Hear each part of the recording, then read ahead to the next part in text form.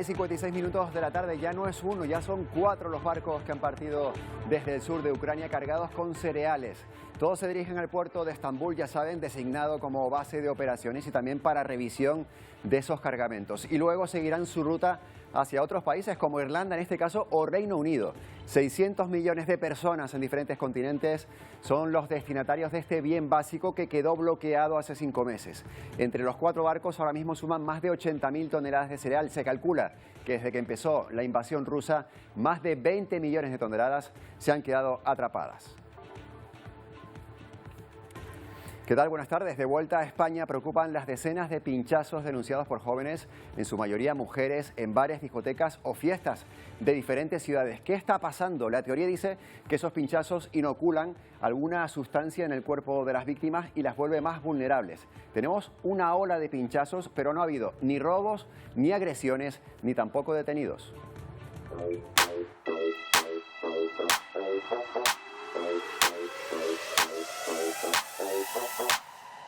Lo que ya es incuestionable es la intranquilidad y el miedo a los espacios de ocio nocturno. No es tanto que ya haya ocurrido esas decenas de denuncias, sino la posibilidad de que te ocurra a ti.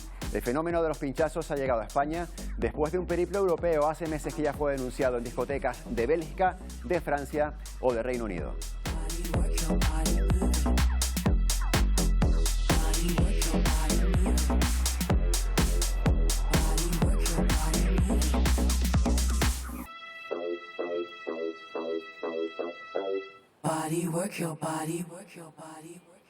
Bueno, estamos pendientes a esas denuncias, por supuesto, pinchazos a mujeres en locales de ocio nocturno. Isiar Pérez, buenas tardes. ¿Qué sabemos hasta ahora? Buenas tardes, Antonio. Lo que sabemos es que España no es el origen de estos casos, porque ya en Europa desde 2021 se viene hablando de oleadas de pinchazos. Uno de los primeros casos se detectaba en Reino Unido y en Francia. Hasta junio ya eran más de 600 denuncias. Otro dato que sabemos es que estos pinchazos están siendo aleatorios, sobre todo a mujeres, porque de todos los casos que hay en España tan solo hay un hombre afectado. Tampoco dejan rastro de tóxicos, es algo a lo que están muy pendientes desde las autoridades y también los sanitarios, y como bien indicabas al principio, tampoco hay detenidos. Tenemos casos repartidos por diferentes comunidades autónomas, entre las que de momento no está Canarias, ¿verdad? No, Canarias por fortuna se salva de esa oleada de supuestos pinchazos. La que sí es la más afectada es Cataluña, con unos 23 casos afectados, seguido de País Vasco, que ya supera la decena, y en otros casos, por ejemplo, Asturias, con tan solo un caso. Las comunidades autónomas, por ejemplo, Cataluña, ya están activando también los protocolos de actuación. El Gobierno de Canarias, por cierto, también ya lo ha hecho, incluso instaurando puntos violetas de información para las mujeres en las discotecas. Lo que sí sabemos también de esta situación es que está generando incluso más miedo en las mujeres, que ya no solo se sienten inseguras por salir solas de noche a la calle, sino también por salir de fiesta. Los primeros casos se detectaron en Europa. En Francia, hasta junio, se contabilizaron más de 800 denuncias. Y aquí en España, las autoridades temen estar ante el mismo problema. Bueno, estos episodios que estamos teniendo de agresiones por pinchazos, hasta el momento ninguna analítica que haya dado positivo en una sustancia tóxica. Y esa es una de las incógnitas, porque por el momento no hay rastro de sustancias tóxicas. No tenemos la identificación o alguien que nos pueda marcar un perfil concreto del posible agresor o agresora. Puede ser cualquier elemento punzante, que no tiene por qué ser una jeringuilla, puede ser una aguja, un alfiler. Tampoco hay rastro de los presuntos agresores ni del método que utilizan. Una incertidumbre que termina en miedo entre las mujeres, las principales víctimas.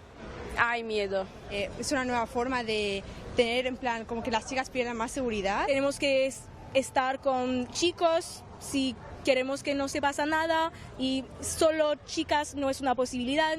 Es muy complicado, sí. Claro, verano, turistas, y no sabes quién y quién no. Cataluña es la comunidad más afectada, con más de una veintena de casos. Pues se fue de fiesta y había muchos chicos. Y claro, al bailar tú no te das cuenta que hay mucha gente. Entonces un chico se le acercó a ella y como que la abrazó, pero en vez de abrazarla le pinchó. Entonces empezó a marear, se cayó al suelo. Así la Generalitat activa un protocolo donde las afectadas alerten al local y acudan de forma inmediata y acompañada al centro sanitario. Allí se les realizan las analíticas necesarias y se valora si activar o no otro protocolo, el de posible exposición a VIH y, si se diera el caso, el de agresión sexual, algo que hasta el momento no ha pasado. Bueno, pues vamos a seguir profundizando sobre este asunto con Aida Casanova, que es abogada. Aida Casanova, buenas tardes. Antonio, ¿qué tal? Buenas tardes. ¿Qué debe hacer una persona que piense que ha sido víctima de uno de estos pinchazos? Bueno, si sucede en la discoteca, en ese mismo momento sufre el pinchazo, lo primero de todo, avisar a las personas de su confianza, amigas, amigos que tenga allí, inmediatamente avisar también al personal de seguridad de esa discoteca o de ese espacio en el que haya ocurrido y a partir de ahí avisar, por supuesto, al 112. Eso, sobre todo, para tener la seguridad de que su integridad física en ese momento está controlada. A partir de ahí debería dirigirse a un centro de urgencias para que le pudieran atender, sobre todo también ya pensando en las posibles pruebas posteriores y después de eso ya acudir a la policía a poner la denuncia. Cuanto más rápido se haga todo esto, más fácil será después de cara a, por ejemplo, visualizar las cámaras de seguridad de la discoteca o el centro en el que haya sucedido para poder identificar a esa persona que haya podido cometer estos hechos. Y en cuanto a esa denuncia, ¿es fácil demostrar que, pues, vulgarmente hablando, nos han pinchado? Si detrás de ese pinchazo hay una intencionalidad, por ejemplo, de agresión sexual. La intencionalidad de agresión sexual sí que no se podrá acreditar con el simple pinchazo. Tenemos que ver realmente los hechos posteriores a ese pinchazo. Es decir, si hay un primer pinchazo y la víctima, en este caso la mujer, enseguida se da cuenta y se pone a salvo, digamos, con sus amistades y empieza toda la cadena, la parte relacionada con un posible delito sexual va a ser complicado. El posible delito de lesiones sí va a ser mucho más sencillo y ahora, si queréis, hablamos sobre ello, pero esa intencionalidad ahí será complicada. Lo que es identificar a la persona que lo ha hecho, la gran mayoría de discotecas o salas de este estilo ya cuentan con cámaras de seguridad dentro. Por lo tanto, si se avisa de forma bastante inmediata, sí que es posible que se pueda identificar a la persona que haya pinchado a la víctima en este caso. Hablemos precisamente de lo que usted decía, esos delitos a los que se puede enfrentar un agresor en este caso.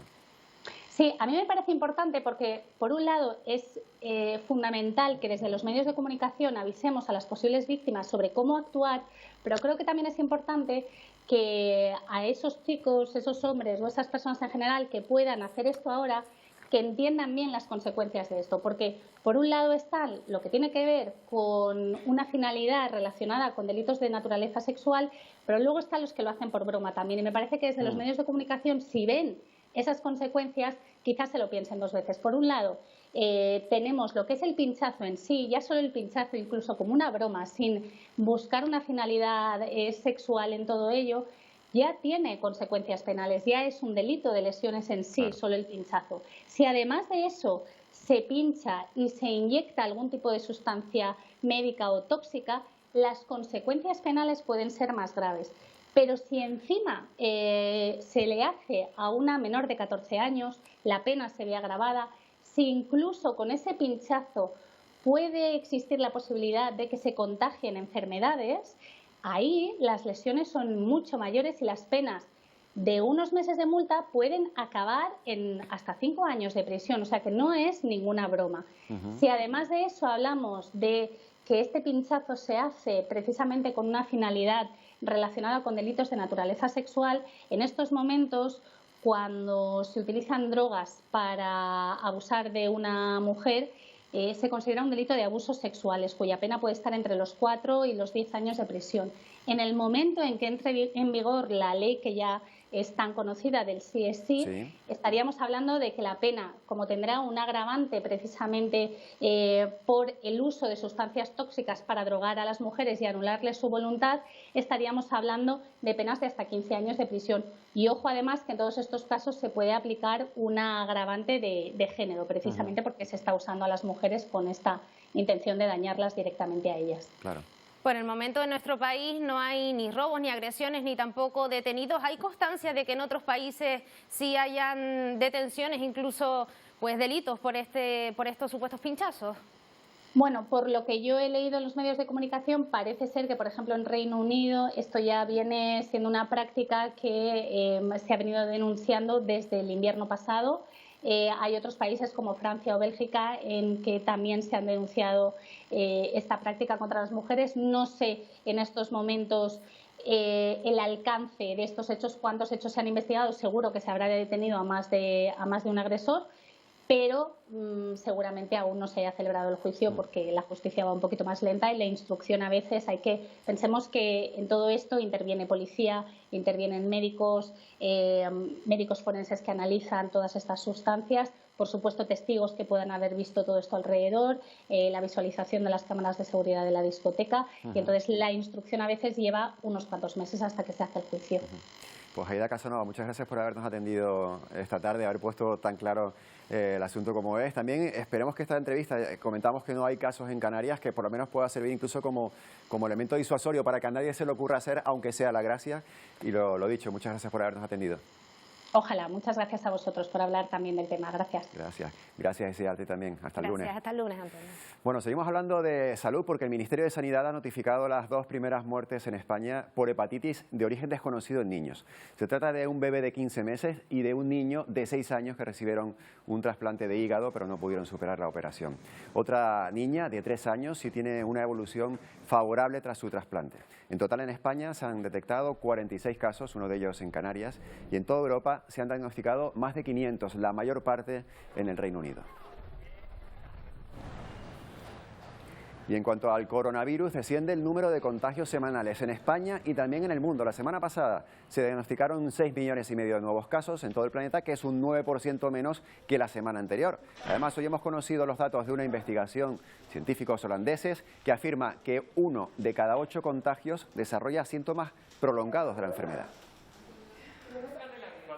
Bueno, hoy es el segundo día de vacaciones que el presidente del Gobierno, Pedro Sánchez, y su familia pasan con nosotros aquí en Canarias, en Lanzarote. Por el momento no se ha dejado ver, pero José María de País coincide en la isla, eso sí, con otro exmandatario español, ¿verdad?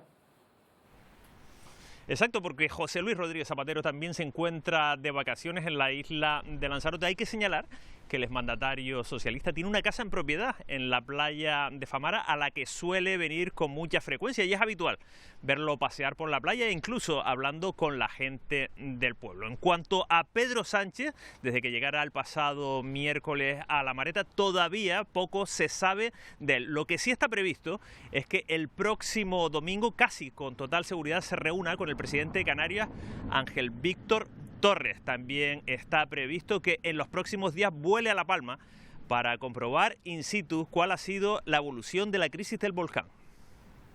Bueno, volvemos a salir de Canarias y abordamos ese tema que veíamos al principio. Seguimos muy de cerca la trayectoria del barco cargado de millo que salió a comienzos de esta semana de Ucrania. Es la primera embarcación tras el acuerdo con Rusia para permitir las exportaciones de cereal y aliviar la crisis alimentaria. Miguel Vega.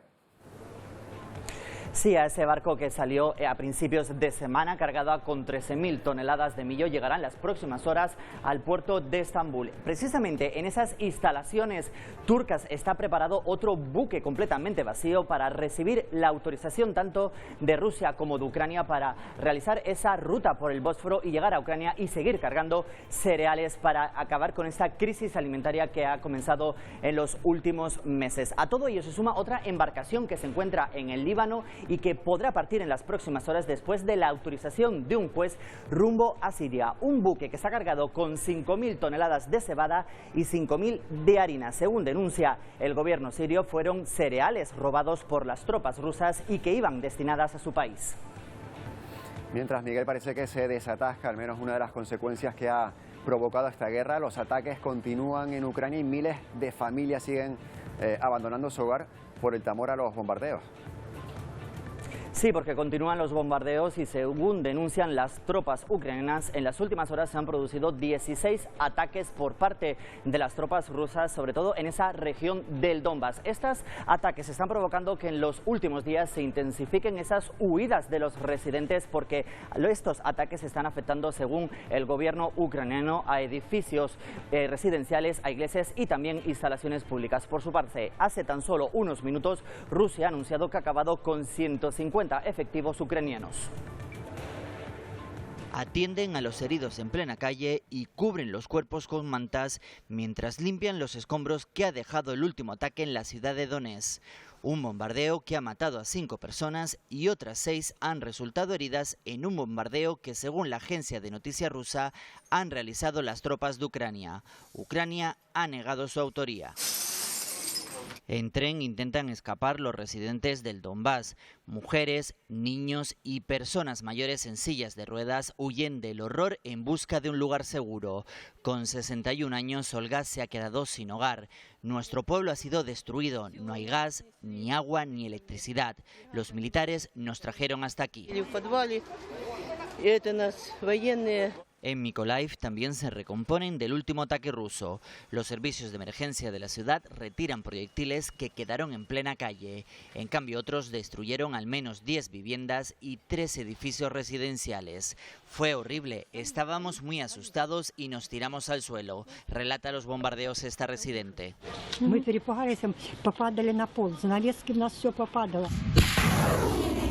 En Kharkov los combates continúan sin descanso. Las tropas ucranianas intentan recuperar las regiones controladas por Rusia al sur del país. En Kiev, familias enteras esperan que sus padres, hermanos o esposos sean liberados tras la caída de Mariupol, incluso con el temor de que sus seres queridos hayan sido asesinados. Vinimos a apoyar al batallón de Azovstal. Hay listas de fallecidos, pero no las creemos. Sabemos que están vivos, dice esta hermana.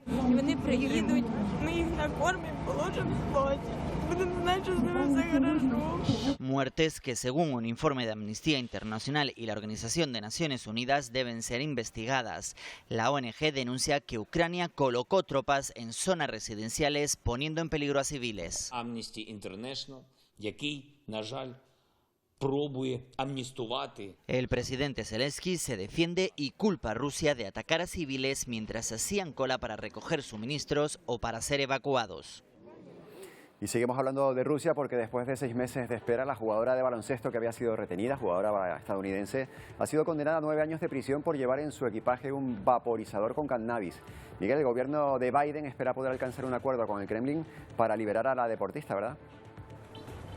Sí, propone un intercambio de prisioneros, mientras que la Casa Blanca ofrece a Rusia enviar al país a un encarcelado condenado a 31 años de prisión por tráfico de arma. Griner podría volver a Estados Unidos tras ser condenada a 9 años de prisión y una multa de 16.000 euros por llevar en su equipaje ese vaporizador con sustancias de cannabis. La jugadora de baloncesto asegura que todo se debe a un error, que desconocía que no podía llevar ese vaporizador en su equipaje, y los abogados ya han anunciado que van a recurrir la sentencia que consideran absolutamente irrazonable.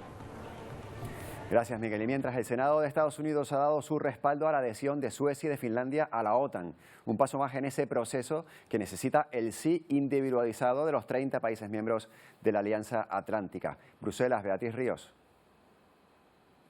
Hace justo un mes concluyeron las negociaciones y se firmó el protocolo de adhesión de Finlandia y Suecia a la Organización del Tratado del Atlántico Norte. Pero ese proceso de adhesión no se completará hasta que los parlamentos de todos los miembros de la organización hayan dado su visto bueno. De momento, solo 23 de los 30 países miembros de la OTAN lo han hecho. El último en hacerlo, el Senado de los Estados Unidos. Pero algunos países importantes, como por ejemplo España, Hungría o Turquía, todavía no han completado ese proceso. El caso de Turquía es particularmente complejo.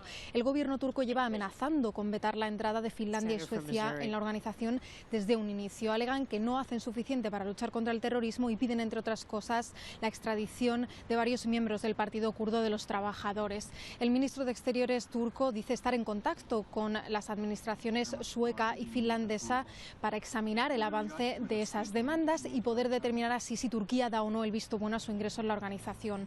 La entrada de Finlandia y Suecia en la OTAN supondría un paso importante para reforzar la estructura de seguridad de la organización en un momento clave tras la invasión rusa de Ucrania.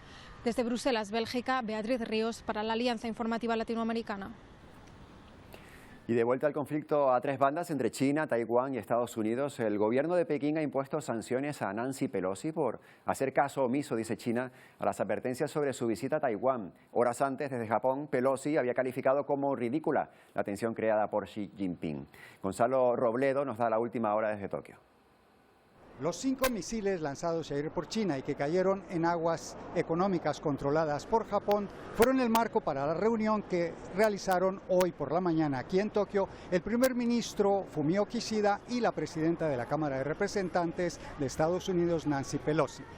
Kishida, por su parte, dijo que Las maniobras militares que realiza China en la zona y cuyo principal objetivo sería intimidar a Taiwán son una grave amenaza para la estabilidad y la paz en la zona Indo-Pacífico.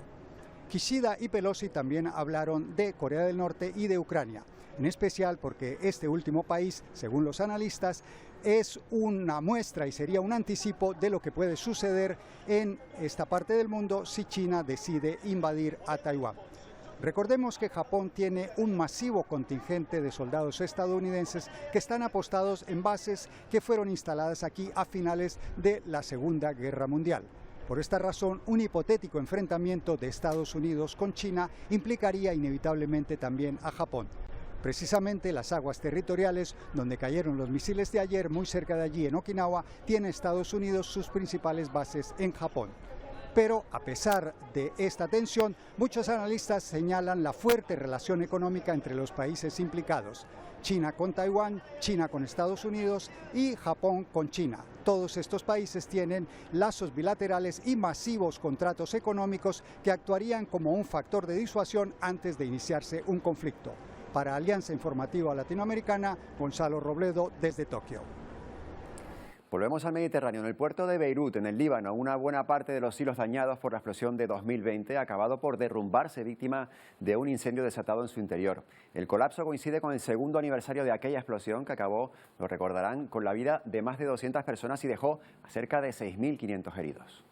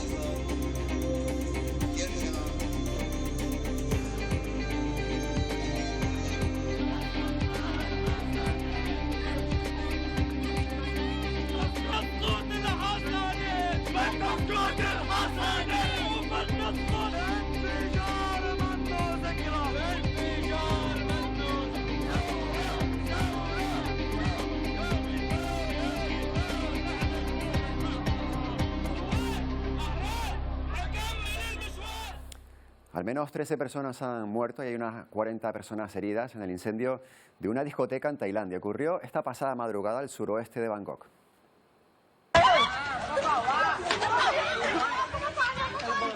Los bomberos necesitaron más de 2 horas para sofocar el fuego, ya que las llamas prácticamente devoraron todo el local. Según la policía tailandesa, la causa aún se desconoce y el balance de fallecidos podría ser mayor con el transcurso de las horas. Y otro incendio, en este caso en un hospital en Turquía. Las llamas obligaron a evacuar a los pacientes y a los sanitarios del edificio. Con camillas, con sillas de ruedas, los bomberos intentaron socorrer a más de 140 personas de estas llamas que se originaron en la parte más antigua de este hospital.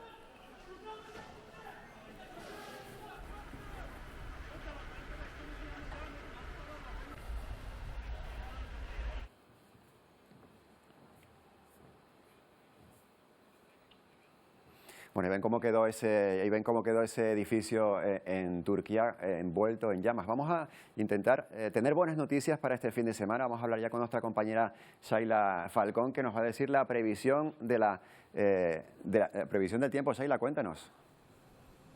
Pues Antonio, buenas tardes. La buena noticia es que desde las 12 de este mediodía ha finalizado la situación de alerta por incendios forestales decretada por la Dirección General de Seguridad y Emergencias del Gobierno de Canarias, aunque en la isla de Tenerife, en la zona afectada por el incendio de los Campeches, se mantiene el nivel de emergencia en el nivel 1. En cuanto a la previsión del tiempo, nos espera un fin de semana de sol, temperaturas veraniegas y calima en altura que afectará sobre todo a las islas orientales y esperamos que termine de desaparecer el domingo a última hora del día. En cuanto al viento, nos acompañará el alisio, soplando de moderado a fuerte y alterando sobre todo la situación en alta mar.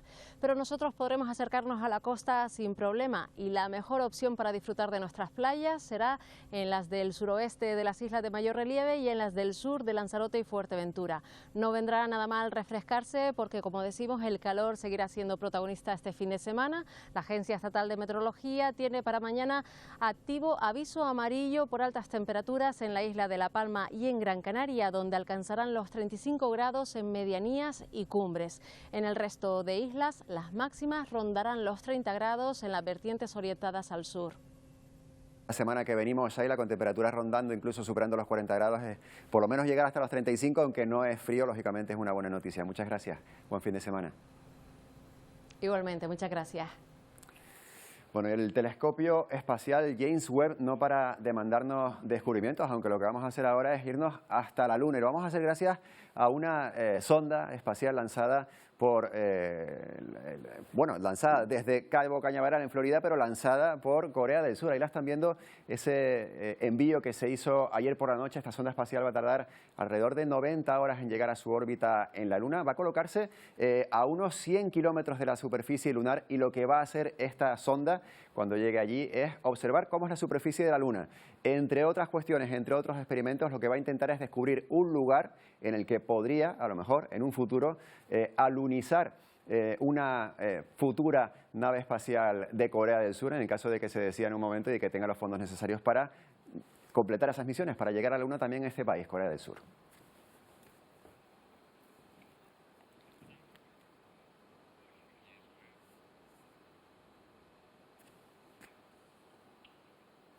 Bueno, el telescopio espacial James Webb no para de mandarnos descubrimientos espectaculares del universo en sus observaciones. Su última hazaña ha sido fotografiar la estrella más lejana conocida. Está a casi 13.000 millones de años luz. Vamos a verla enseguida en esta pantalla. Es la famosa estrella Earendel, que debe su nombre a un personaje, ya lo conocerán seguramente, del universo del Señor de los Anillos, y no es precisamente la que más brilla en esta fotografía que vamos a ver. Aquí tenemos un sinfín de estrellas, algunas incluso de galaxias. Bueno, pues en esta región de aquí es donde encontramos a Earendel. Prácticamente no se ve al ojo humano, nosotros es difícil que la podamos ver, pero pues como siempre ocurre en estos casos, investigadores científicos han logrado descubrir esa estrella. Está a 13.000 millones de años de la Tierra. Es la estrella, es la superficie más lejana de las que conocemos. Y ya que hablamos de las fotos de este telescopio, vamos a ver otra foto también bastante llamativa y espectacular, con la galaxia conocida como Rueda de Carro como protagonista.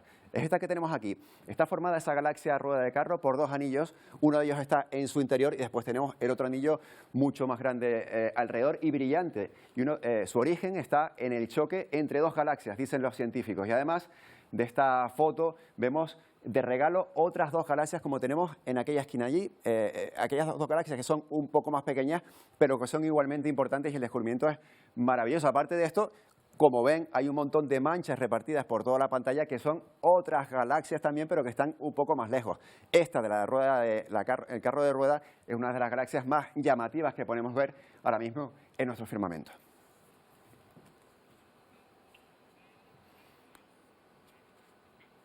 Bueno, y estamos muy pendientes, como hemos visto estos días pasados, de la señal en directo, ahí la están viendo ya, del volcán de Islandia. En Islandia ahora mismo es una hora menos que en Canarias, por tanto es la 1:25 de la tarde, y esta es la señal que nos llega desde esta región. Esto está a unos 50 kilómetros al este del principal aeropuerto de Islandia, el de Keflavik, que como saben es un aeropuerto internacional que estos días está intentando esquivar la nube de ceniza y de gases que provoca esta erupción para que sus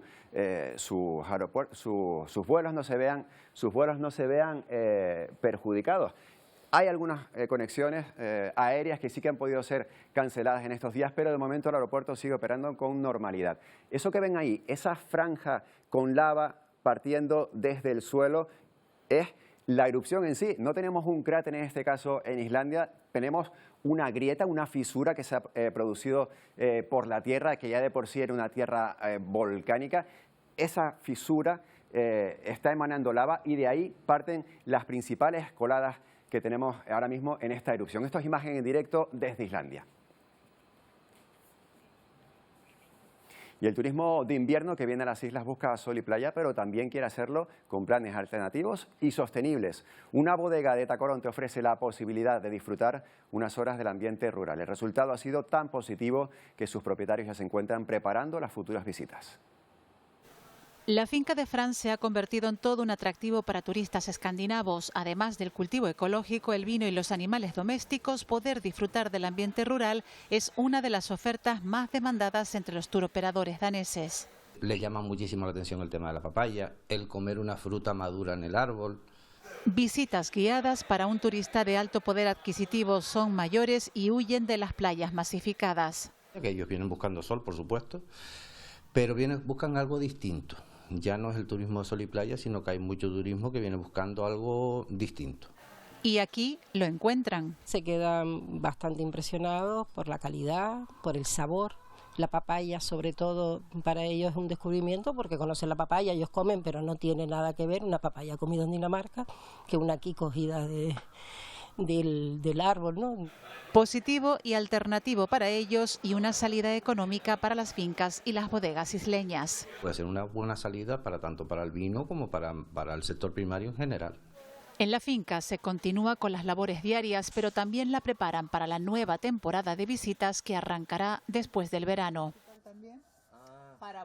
Tienen esa propuesta ahí también en Canarias y volvemos a irnos hasta Islandia, a ver ese volcán en erupción de nombre impronunciable que estábamos viendo ahora mismo. Esta es la imagen en directo que nos llega desde esa región al sur oeste de Islandia, de esa isla que lo tenemos ahora mismo con este volcán, como en esa nube de cenizas, como decíamos antes, que no es demasiado intensa, pero que sí que está provocando, incluso si el viento cambia de dirección, sí que podría afectar a ese aeropuerto de Keflavik. Con esta imagen que tenemos en directo lo vamos a dejar por hoy. También tenemos imágenes de la erupción de este volcán, ahí las están viendo de los días pasados, no es exactamente en directo, pero esa es la espectacular imagen que ha dejado en estas 2 pasadas noches con las luces del volcán y lógicamente el resto en la oscuridad. Con estas imágenes lo vamos a dejar por hoy. Ya saben que llega ahora toda la información de Canarias, también de España y del resto del mundo en el Telenoticias 1 con Elena Díez. Nosotros volvemos el próximo lunes a las 2 de la tarde para abrir una nueva edición de Atlántico Noticias. Buen fin de semana.